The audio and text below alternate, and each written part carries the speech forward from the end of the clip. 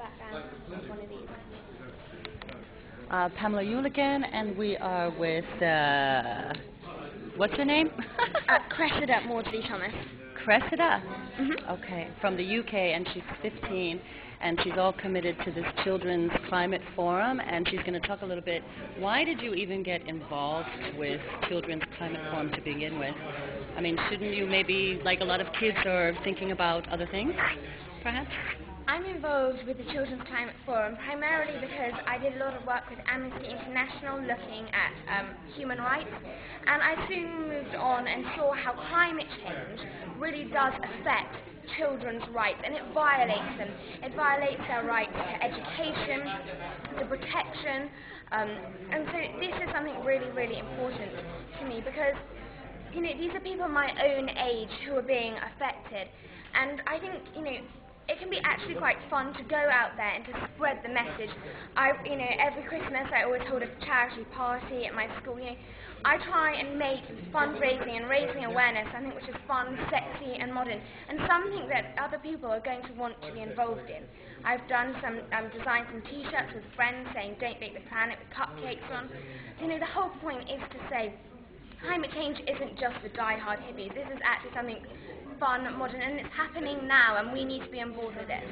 What kind of influence do you think that the children of today can have on the actual agendas of the, let's say, the various international governments that have their own agendas?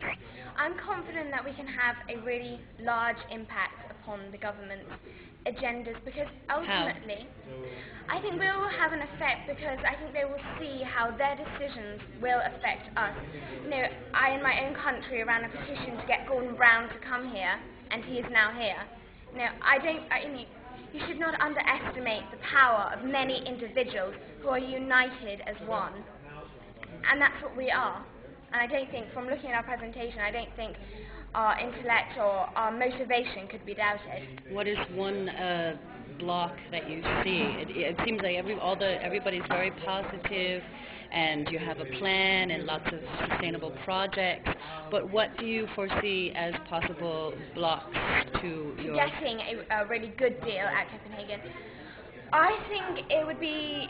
I think finance is going to play a huge role within. Sorry, can I start that again? I think finance could potentially be very disruptive within the agreement, particularly in light of the current recession. However, I believe that it can be used to our advantage, and we can say, you know, this is the time now to carve out a whole new low-carbon economy and create new jobs. So, you know, I don't doubt that there are numerous problems.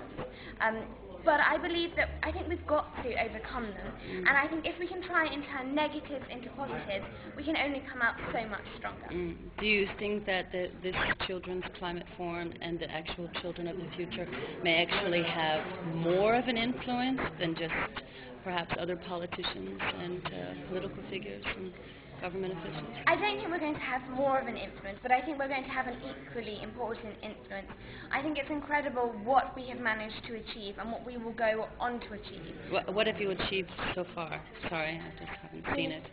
I mean, I haven't read any reports yet. So. We've created several different declarations. You know, as we saw earlier, the President of the UN came and received our declaration. I don't think if it was taken so unseriously that it wouldn't, she wouldn't come. Okay, so you have the declaration and projects spread out throughout the world, sustainable projects or examples of how you would like to live or something like that? Awareness projects. Okay, can you give an example of one project that you're very proud of that you guys have come up with? Well, there are lots of different international projects. The one project which I mentioned to you before, I've done projects within my own school. My own school now has been insulated. I went to the school governors, I applied for the funding, you know, and now my school is really efficient. But I want to have a bigger influence, not just on the 800 girls in my school, but actually on people up and down the country.